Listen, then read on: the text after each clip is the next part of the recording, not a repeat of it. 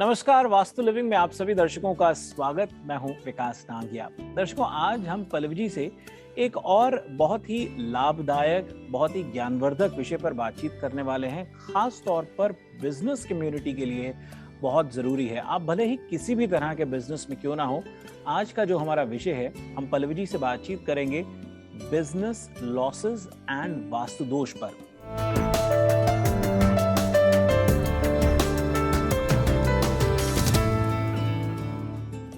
किस तरह के वास्तु दोष हो सकते हैं जो बिजनेस में लॉसेस लेकर के आते हैं और फिर एक लंबे समय तक उन इंसान को, बिजनेस ओनर को लॉसेस का सामना करना पड़ता है। आइए सबसे पहले कार्यक्रम में स्वागत करते हैं पल्लवी छिल्लावाड़ा जी का। पल्लवी जी, कार्यक्रम में आपका बहुत बहुत स्वागत। शुक्रिया। बहुत ही इम्पोर्टेंट, जैसा कि मैंने कहा कि ज्ञानवर्धक विषय, खासतौर पर बिजनेस कम्युनिटी के लिए। क्या कहेंगे बिजनेस लॉसेस एंड वास्तु दोष विषय के बारे में?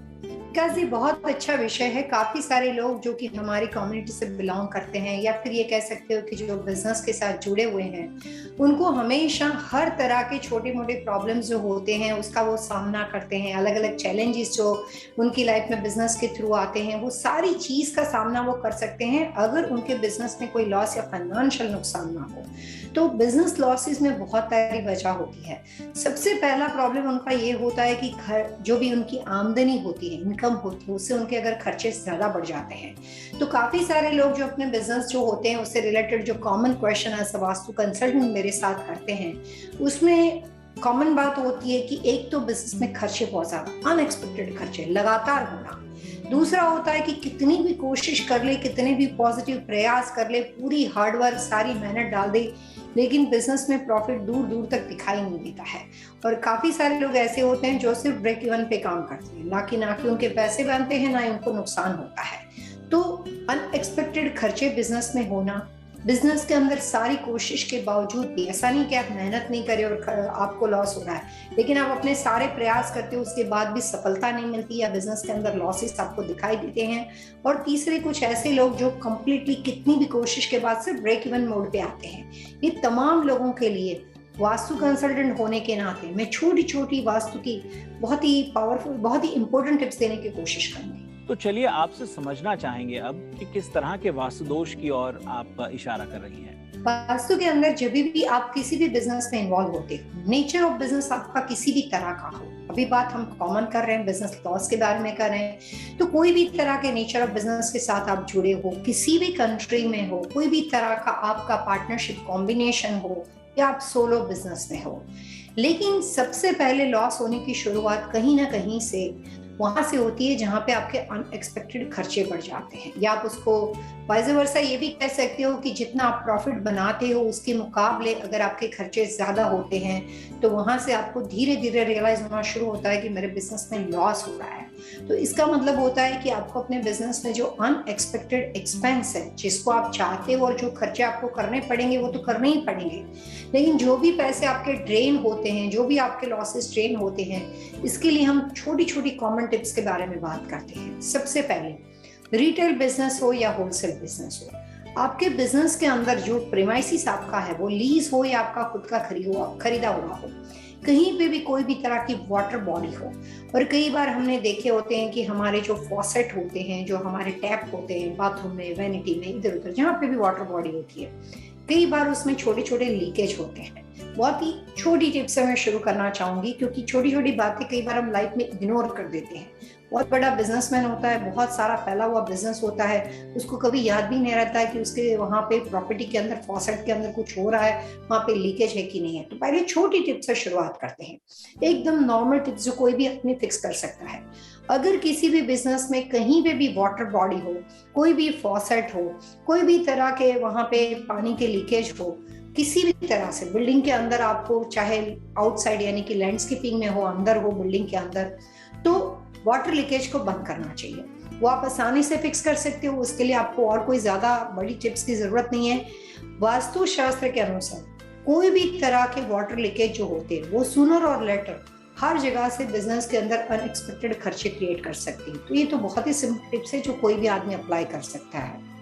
और दूसरी इंपॉर्टेंट बात, साउथ ईस्ट कॉर्नर, अगर आपका नेचर ऑफ बिजनेस कोई भी हो, अगर आपकी पार्टनरशिप किसी भी कंट्री में किसी भी पार्टनर के साथ हो या सोलो हो, लेकिन साउथ ईस्ट कॉर्नर जो होता है वो वास्तु शास्त्र के अनुसार आप जिस प्रॉपर्टी के साथ जुड़े हुए हो, जहां पे भी आप अपना बिजनेस कर रहे हो, जो भी कोशिश कर रहे हो, उसमें आपकी प्रॉपर्टी के अंदर खर्चे यानी कि आपकी प्रॉपर्टी के जो एक्सपेंस होते हैं वो बढ़ा सकता है, कंट्रोल कर सकता है, या अगर वास्तु के अनुसार साउथ ईस्ट को मैनेज करते हो तो कम कर सकता है।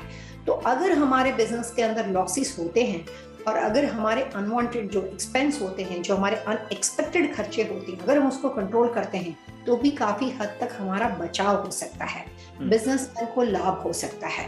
तो साउथ ईस्ट कॉर्नर के अंदर प्रॉपर्टी के अंदर कोई भी वाटर बॉडी से रिलेटेड रचना हो, कोई भी तरह के वाटर बॉडी एलिमेंट का कोई भी स्ट्रक्चर के अंदर कोई भी चीज बनी हुई हो, एग्जाम्पल के तौर पे वहाँ पे बाथरूम हो सकता है, एग्जाम्पल के तौर पे अगर आपका कोई गैस स्टेशन हो और अगर आप वहाँ पे फूड बना रहे हो तो आपकी वैनिटी हो सकती है, वाटर बॉडी किसी भी तरह से हो सकता है।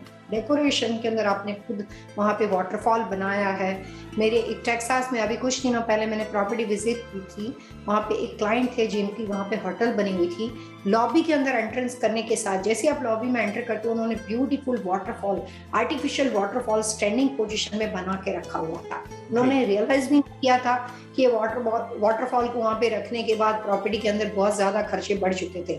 उन्होंने वाटरफॉल को तो इग्नोर ही किया था, लेकिन बिजनेस में समथिंग रॉन्ग, कुछ सही नहीं था, जिसकी वजह से कंसल्टेंसी की और पूरी कंसल्टेशन में सबसे ज्यादा लॉबी के साउथ ईस्ट एरिया के ऊपर फोकस किया गया, क्योंकि पर्पस था बिजनेस में खर्चे लगातार बढ़ रहे थे।